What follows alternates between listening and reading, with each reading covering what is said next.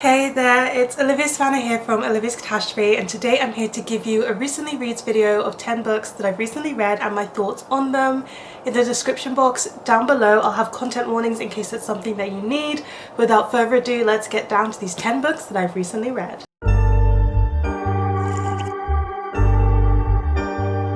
So we're going to start off with a negative review, but then after that we will just be going up and up and up in terms of enjoyment. So the first book that I read was Universality by Natasha, which is on the Booker Prize long list. And this is a book about a journalist who is covering a story of a man who is hit over the head by a gold bar. And throughout this book you get to see different perspectives on the matter, how people are telling the story differently, and why that matters. And basically, to me, this whole book was a bunch of gobbledygook. I did not see the point in this book whatsoever. It's nice and short, it's about 200 pages, I whizzed through it, but did it make any sense? No. We're following these different characters, and so because you go into different characters' point of view, I don't really care about any of them. We don't spend long enough for me to start caring about them, for me to start liking them, or for me to see the point in why we're getting their point of view. They're also all entirely unlikable characters, and I know it's personal preference, but I just don't tend to like that in my stories.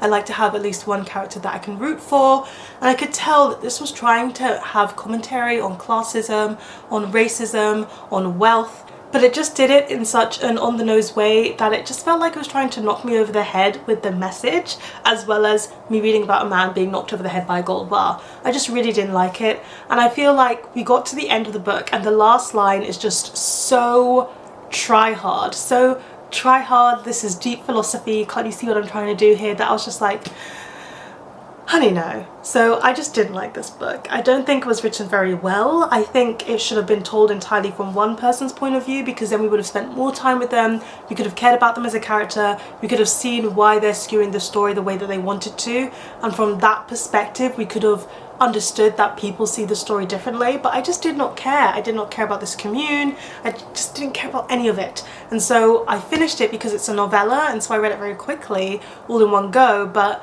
I really don't see the point in this book, and I don't think it's Booker Prize long list worthy. As promised, after that we're only going to go up and up and up. So the next book I read is What You're Looking For Is in the Library by Michiko Aoyama, and this is translated by Alison Watts. Now I saw this book doing the rounds on booktube, and I'm a bit of hit or miss with cozy translated fiction, but sometimes it really gets to me, and in What You Are Looking For Is in the Library it really did get to me. So you follow different characters. It's basically a short story collection, and in each short story the person somehow has something that's not really working out for them in life. They're struggling with their relationships, or they're struggling to get a job, or they're feeling very depressed, and through a series of events they always end up at the library, and in the library they meet a certain librarian. And the librarian will always give them the book that they are looking for, and also something that they didn't know they needed, and from there on it kind of helps them through their path. It's pretty much rinse and repeat that for each short story. And the mistake that I made is that I was enjoying this book so much I read all the stories back to back, and it is the same template even though I feel like every story is different. So my recommendation is, when you read this one, space out the stories a little bit. But it didn't really deter from my enjoyment, because I did really like each and every single one of these short stories. They begin with an illustration, so the first page has an illustration so you can picture what the person looks like and what their situation is, and as I went into each short story, each one pulled on my heartstrings. I love the concept of being able to find kind of what you need, but also when you're reading books you also find what you don't even know you needed, and that feeling is so relatable to me. I even felt it with this book. I was finding what I wanted, a cozy translated fiction book, but also so much inspiration, and that was not what I thought I needed, but this book gave it to me. And seeing those characters kind of mimic that feeling and have that slow discovery with that feeling felt so comforting and so wholesome to see. But also it was just such an inspiring book to see people really struggling and really struggling to communicate, or struggling with where they are in life. Just makes you feel like if you are going through struggles, that is okay, that is not too bad. And just seeing them have that hope and that upward trajectory just made my heart really swell and made me feel really full. And also some of these short stories really related to me. I think there's one about when you have side hustles, how you can manage having your main you know, job and then also a side hustle, which I very much relate to, working in publishing but then also creating content as like a side hustle and writing as a side hustle and trying to balance all the things that I love. I just got so much inspiration from that story in particular, but also there's one that's kind of about parenting, and as a carer I was relating to it as well. So there was so much here for me to relate to and to really like, and the writing style just really worked for me. This book just really worked for me, and it's one that actually I've thought about long since I finished reading it, and I keep being drawn to it, and so I'm really looking forward to reading more by this author because I know she has another book coming, and this was just something very special for me personally.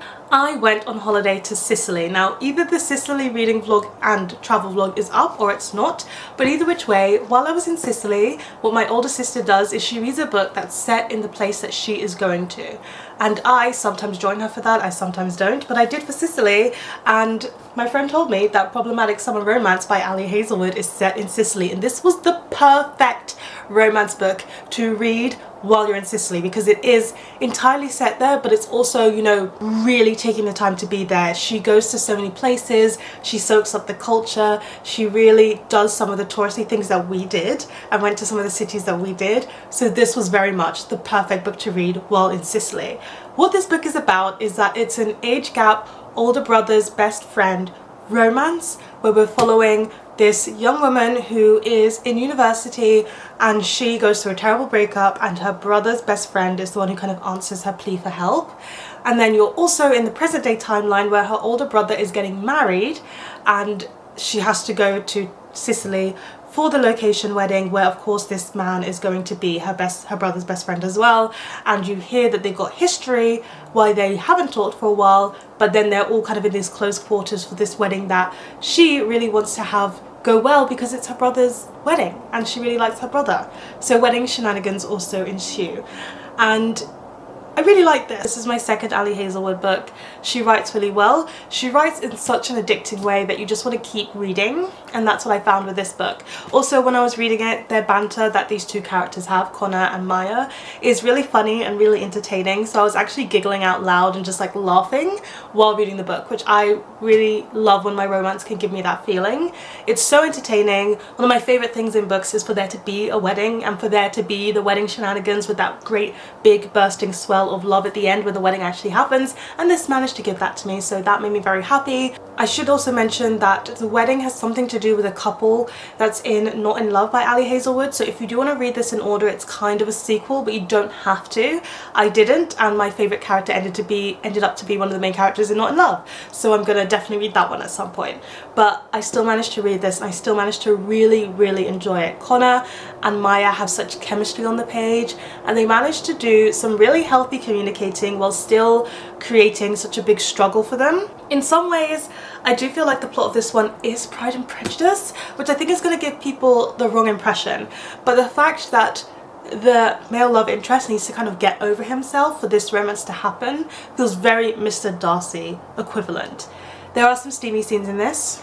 They're not as steamy as Sarah Simone, but I have to say they're pretty good steamy scenes. I was very impressed. I think Ali Hazelwood has come a long way from The Love Hypothesis, which is the other one that I've read, in terms of giving us some very good steamy scenes, and she makes us wait for it. This book manages to be a slow burn, which I really liked. I also loved the chapters in the past as we got to see more about how they started on their romance journey, and I just really liked the clear communication between everyone, including her with her brother, and the fact that this is a brother's best friend romance, but her brother is clued in the entire way, and I really like that. I don't think it always happens that way.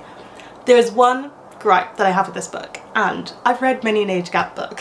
Listen, it's not a trope that I thought I would like, but apparently I must because I've read many of them, and I think that's due to Sarah Simone being a big fan of an age gap. There is a way to do an age gap, and this is not the way to do the age gap because it got so annoying the whole time. Everybody in this book, not even just the love interest, everybody in this book is like, Maya is such a child, she's so cute, she's so young, and they kept emphasizing how young and childish and cute she was, and I was like, please, this woman is 20 plus. I don't know how old she is exactly, but she's over 20, well over 20. She's like 23 or something, or 25 or something. I'm like, she is no longer a baby. Stop calling her or treating her or belittling her like a child. She is a full-grown adult. She lives on a different continent to you, by herself. She knows how to like manage herself. She is a grown-up. She's gone through trauma. She's gone through life experiences that make her a grown-up. Treat her as such. And so I got very frustrated by how much they act like the age gap is a huge thing when it's not that deep. It's not that deep for the ages that they are at. I admit it's a big gap, but the way they make it out to be the be-all and end-all of everything really frustrated me, and it repeats itself as an argument quite a lot in the book. And I just really wanted people to get over it and stop treating her that way. So that was the one thing that annoyed me all the way through, and that kind of stopped it from being a 5-star new favourite. But I still really had a lot of fun with this book. I loved the setting, I loved the characterization, I did love the romance. I wish the last epilogue-y moment didn't exist because it moves way too fast for me, but everything else, stellar. Really good romance read. And speaking of romance reads, I had my best friend come over and we buddy read Highly Suspicious and Unfairly Cute by Talia Hibbert together. This is Talia Hibbert's young adult romance, and in it you follow these two characters, Celine and Bradley. Celine and Bradley used to be best friends and now they are enemies. So something has happened to cause their friendship to fall apart, and they both end up going for this kind of like internship scholarship program where they'll be able to kind of get a scholarship to the university of their choice, and they end up both kind of like going for the role and competing against each other, so they're kind of rivals in a way. And I really loved this book. I gave it 5 stars and it became a new favourite. I love Talia Hibbert. I think she's one of my favourite romance writers, and she managed to take YA and do it so well, even though it's a new age audience to her. I love Celine and Bradley as characters. Celine is fat girl rep, and also this is like a black love romance, so you get that rep in it too. And the fat girl representation is in it, but it's so seamless. It's not about Celine being fat, it's not about her confidence or anything like that, but she is a bigger character, and it's kind of shown in discreet ways through the book. And I really loved how smooth and how easy that rep is. It's like it's there, but it's not what the book is about, which I really loved. However, you also have Bradley's rep, because Bradley has OCD, and Talia Hibbert is own voice's representation for OCD, and she talks about it in her author's note as well. And Bradley is also bisexual, and I really liked the OCD rep as well. I think it was woven into the story very well. You could see how he's gone on a very long journey with OCD. He's had therapy, he knows his practices, and you can see how that helps him at times, but also he still has times where he struggles with it, and I really like that. I love the romance. It was so cute. It was such a cute romance. It's non-steamy, but it's still so cute. They fall for each other so hard, and it felt so believable because this book spans quite a long period of time. So you can see that these characters who are now rivals, who used to be friends, are having their second chance romance, but are really struggling to trust each other. And I feel like when you get a rivals to lovers romance, it's one of my least favorite tropes, because they go from being enemies to suddenly being in love, and I really struggle to believe that big switch. But Talia Hibbert does it my favourite way, where it becomes one of my favourite tropes, which is when you go from rivals to friends and then to lovers, because having a long period of friendship in between kind of makes it very believable. And you see them slowly start to like fall for each other, and you see them like, oh, it's just so cute. So many of their discussions and conversations and thoughts are the sweetest things ever, especially Bradley. He's such a simp for Celine. He falls first, and I just realised I really love that by reading this book. There are moments that are so funny. It's also incredibly British. Talia Hibbert is British, and she just throws in these like very British phrases that make me laugh, or are just terms that just make me giggle. And so I was like laughing and giggling and smiling while reading this book, and my best friend Yana, who is not British, also was giggling and laughing and smiling. So you don't even have to be British to get the jokes. There's also a glossary at the back with any British terms in case it's throwing you off, so you can understand everything. And yeah, it's just really sweet, really lovely. I loved the depictions of family in this. I think Talia Hibbert, as has been proven from the Chloe Brown series, or the Brown Sisters series actually, knows how to write siblings very well. Talia is a sibling herself, and you can see that kind of love for siblings woven in here, even though it's not the main thing this book is about. And also the parental relationships are just so good. I really liked seeing these teenagers have to talk to their parents, know they need to talk to their parents, but also have that very realistic teenage nervousness about having to go to their parents with some of the things that they need to discuss. and so I liked seeing how the parents had their connections with their kids. I liked seeing the challenges that was thrown their way by the internship. I felt like all of their choices and actions felt very believable for teenagers, and the friendships were nice. It just was just the perfect book. I just had so much fun reading this, and I really, really recommend it. I read one of the older books on my TBR, and that is My Dark Vanessa by Kate Elizabeth Russell.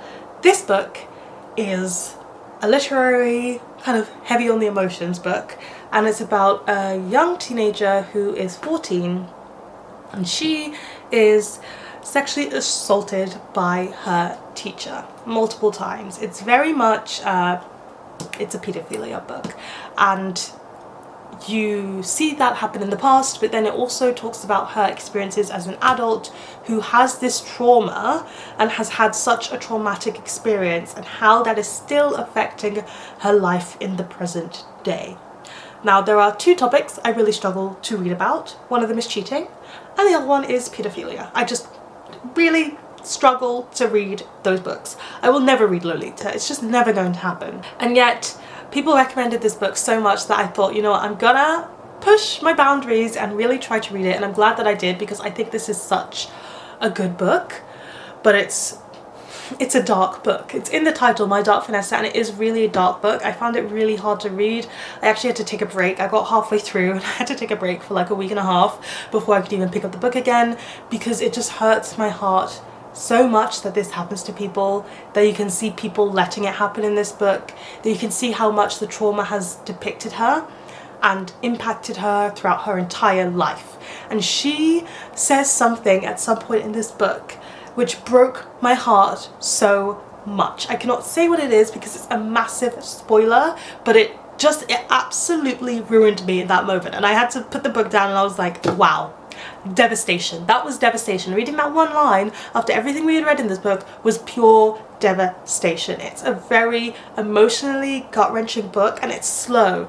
It's slow, but it's slow for a reason, because terrors like this build slowly, and there's just so much I can't talk about, but this depicts layers of trauma in a very realistic feeling way, in a way that just felt so true, and you understand how awful something like this is. And if you are someone who, you know, has any say in stopping these things from happening, you need to.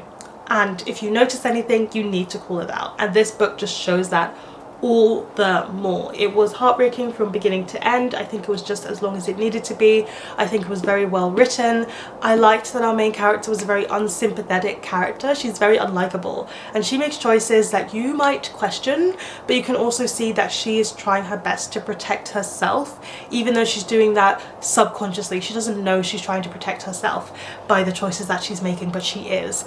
And yeah, it's a heartbreaking book. I really can't say too much because it's not even like giving the plot away, but giving away specific moments in her journey would impact your reading process, and I don't want to do that. It's a something book. I'm glad I read it. I will never reread it, and I don't think I could ever read a book like this again, but I am very glad I read it. Then I read The Final Year by Matt Goodfellow. This is a middle grade novel in verse, and I gave it 5 stars. I absolutely loved this. I'm a big fan of the novel in verse format. It really works for me, and it really worked in this one in particular.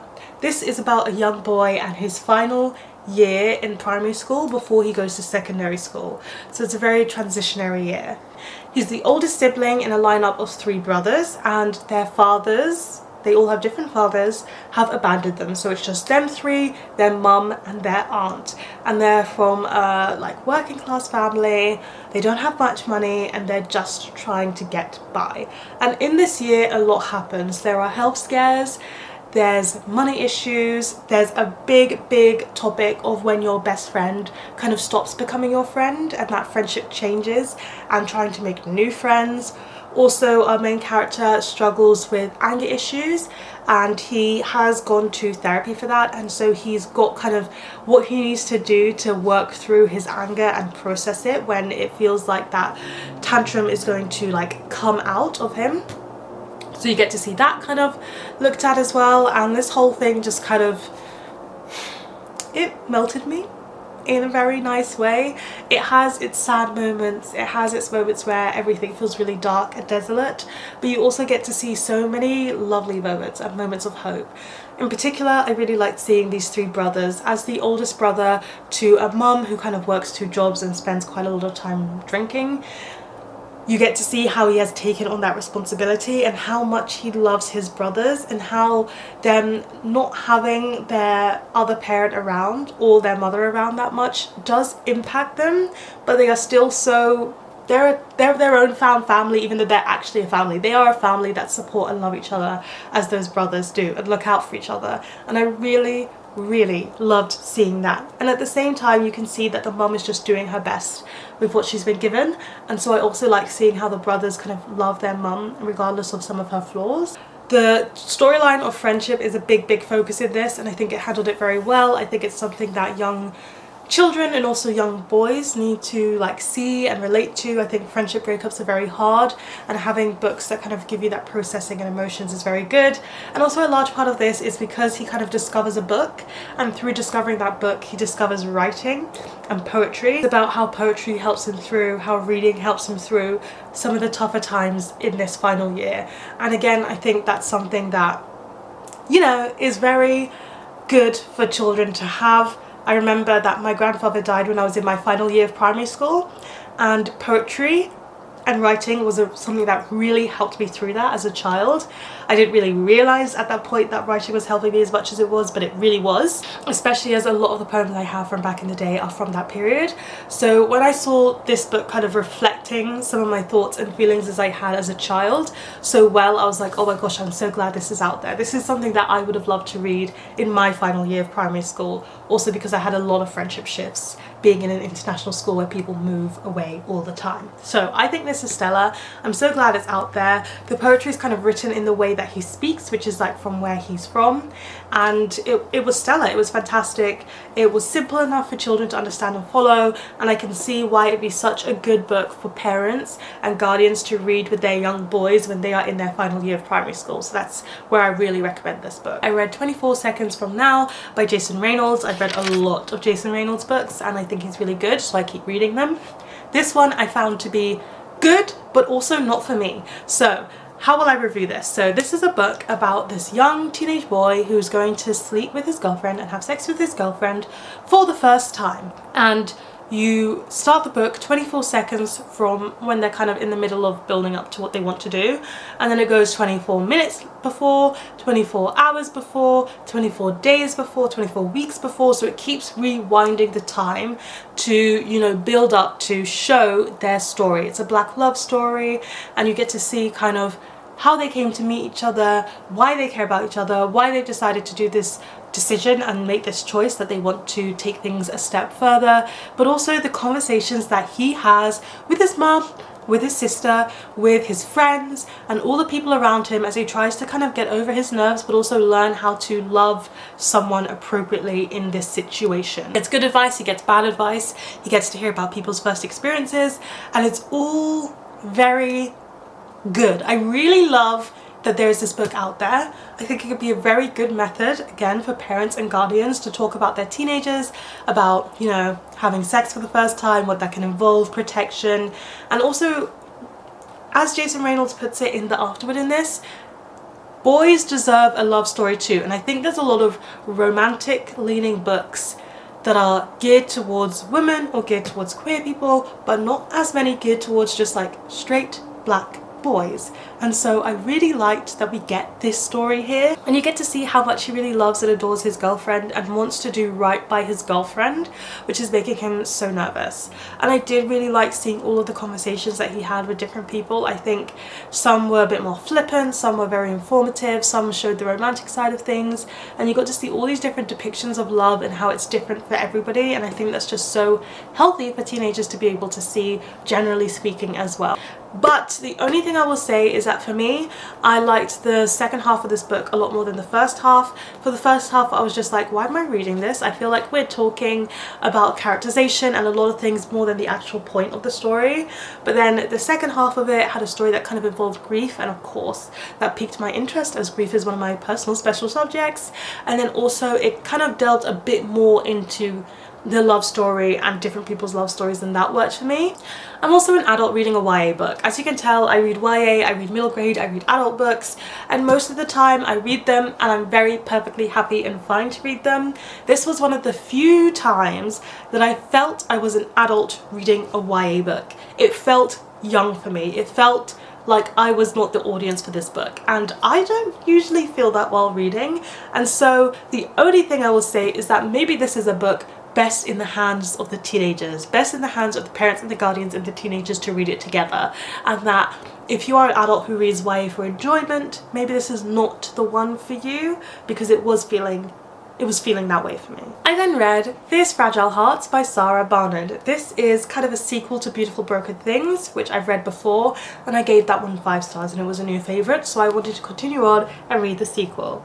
Now, in the first book you're following one particular character, but it's a group friend of 3, and in this one you follow a different member of that friend group. You follow Susie, and Susie was abused as a child. This is the second child abuse book I'm talking about in this video. So she was abused as a child, we see that in the first book, and she is now an adult who can live independently. She's been in the foster care system and now she's moving out of that system, and it's her first year living entirely alone as an adult, and it's kind of a bit about her still working through the trauma. We've seen her make a lot of progress since book 1, but she is still very much working through the trauma of her child abuse, forming tentative relationships with the people around her, whether that's her siblings or her parents, or seeing how her friendships, that she's been in a very close friendship group, then she's been removed from it for a while, she's now back in it, but they are going to uni and she is not, and how all of that change and moving around and then being long distance, how that's going to affect her and that big tight friendship that she really leans on. And also a lot of this is about love and how moving love into her, you know, repertoire of emotions when she is still working through so much trauma from abuse can be a very tricky and difficult thing to do. It's also there's so much like this is about. It's also about when you've been like chewed up by the foster care system and now you're being spat out. She's not being spat out on her own with like nothing to ground her, but how hard it is to go from the foster system to living independently. All of that is covered and tackled in this book. Now, at times I did think this book was a little bit slow. I think it dragged a bit in the middle, but then when I finished the book and got to the conclusion, I was like, we needed every single moment, because a lot of this is about facing that trauma and how it impacts every single aspect of your relationships, and largely that has to do with trust. Susie really struggles to trust the people around her, because when you're a child, the people you trust the most are your parents, and if you are abused by them, that kind of shatters any fragment of trust you have, and Susie works so hard to build it up. But Susie is not the beginning and end all of this story. It is still a book about friendships, and so her friends are having their own struggles, are having their own stories, and I really like that the side characters are not just side characters to her story, but you can see that they are having their own narratives, and then you see how those narratives are impacting Susie's journey herself as well. And so I feel like it was a very balanced depiction of big friendships where there's a group of you where you have arguments but you still love each other and always end up back with each other. It just felt like such a true depiction of friendship that I almost couldn't believe it, but also such a true depiction of trauma and healing and that long arduous process to heal and to become better and to keep trying and taking those steps forwards and taking those steps backwards and forwards, rinse, repeat. I just feel like it was so realistic, and maybe that's why sometimes it felt a bit granular and felt a bit slow, because it was just how the journey really truly is. By the end of it, I was just like, oh my gosh, my heart. The whole thing swelled and I felt so proud of Susie as a character. She goes through a lot. There's some grieving in this. There's a lot of mourning for herself in this. There's a lot of healing. And so yeah, I did really just like this book, and I feel like if you enjoyed Beautiful Broken Things, you should continue on to this one, because while they are aged up, it's still messy, it's still girls working through becoming the women that they want to be, and I really liked getting to see that. I then read a graphic novel. I read Kickflip Volume 1 by L.D. Lapinski and Logan. If you can tell from the cover with the flag, this is a book about, this is a graphic novel, a young adult graphic novel about finding out your identity. So what is our main character's name? Elliot. So Elliot, they have a best friend at school, they are in the netball club and they are in the girls team, and they just don't feel comfortable there. They're really struggling. They get bullied for looking too mask, and they're struggling. And then one day on their way home from school, they come across a skater group, and this is an all boys skater group. They don't skate, but they start trying and they start learning, and the boys group need another additional person, and they think that Elliot is a boy. And so they're really struggling with their gender identity, where in one side of their life they're a girl, in the other side of their life they're a boy, and neither one of those things is really fitting who they are, and they're really struggling to find out who they want to be and what options there are out there. So this is like a queer graphic novel. It's very a la Heartstopper. The artwork style is all black and white inside, and it does feel very Heartstopper-esque in terms of the illustrations. Oh, by the way, I gave this book 5 stars and I absolutely loved it, and I loved getting to see Elliot's journey. I think it depicted that confusion, that sense of gender dysphoria and not fitting in either which way, even though you're trying different options, really, really well. I loved seeing how much they fell into skating and how that brought them so much happiness and so much joy. And there's a really cute like hint of a possible romance, which doesn't wrap up in this volume but maybe will happen in the other volumes, so I like getting to see that kind of kick off. But mostly what I really loved about this was Elliot's relationship to their mum and the conversations that they had with their mum.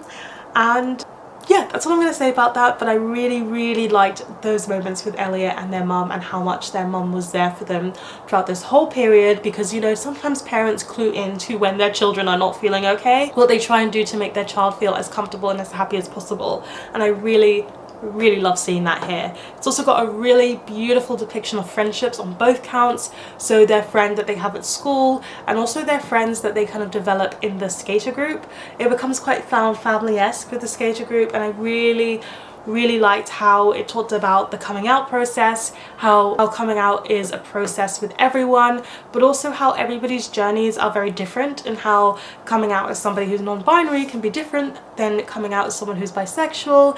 There are a lot of queer characters in this, so Elliot is not the only one, but there are a lot of healthy conversations about what it means to be queer as a teenager, what it means to be queer in a sport environment, how gender is influenced by these groups being all boys or all girls netball teams and stuff like that. So it has a lot of very healthy conversations in this. The artwork really worked for me, it worked for the story. I was a happy reader. I raced through it, I couldn't stop reading, and I really am looking forward to volume 2 of this. It's also by 2 authors who are both non-binary themselves, so it is very own voices representation. And then last but not least, I'm going to talk about a picture book to wrap things up, and that is The Dress with 100 Pockets by Lily Murray and Jenny Lovlie. Now this is a sequel picture book to A Dress with Pockets, which I read earlier this year, and I really loved that picture book. I gave it 5 stars, and so I wanted to read the next one when it came out, and I did enjoy this one as well. I do feel like it's quite similar in theme to the first one, which makes sense. They're picture books, they can't have that much plot, and it's about a lovely young girl here who has dresses with pockets. She helps make dresses with pockets, and she's been invited to a fashion show, and she wants to do something completely wild and out of the blue, so she decides to make a dress with 100 pockets. And the illustrations in this picture book are as lovely as they were the last time. They are so bright and so colourful, so these are the different kinds of dresses, but also like, oh, look at that, look how lovely that is. So yeah, it's a really fun picture book. It's told in rhyme, and the rhyme in this is impeccable. I really love the rhyme. You can just read out loud, and the rhythm and the pacing just makes for such a fun reading experience when you're reading out loud. I read this out loud to myself. I also really like the dresses with pockets. I love the idea of something being beautiful and practical, and children realizing that clothes can be beautiful and practical and suit them and be catered to them and what they want in life. I do think I like the message, overall message of book 1 a bit more than book 2, but that is to say this is still a really fantastic picture book, and I really enjoyed reading it. And there you have it. Those are 10 books that I recently read and all of my thoughts on them. I hope you enjoyed. Please let me know in the comment section down below. What was the last book you read that made you feel inspired or hopeful in the way that what you're looking for in the library did for me? Give this video a thumbs up if you enjoyed it. Hit that subscribe button if you want to see more. And don't you forget to hit that notification bell to be updated every time I have a new video. And you know what they say, onwards and upwards. Excelsior!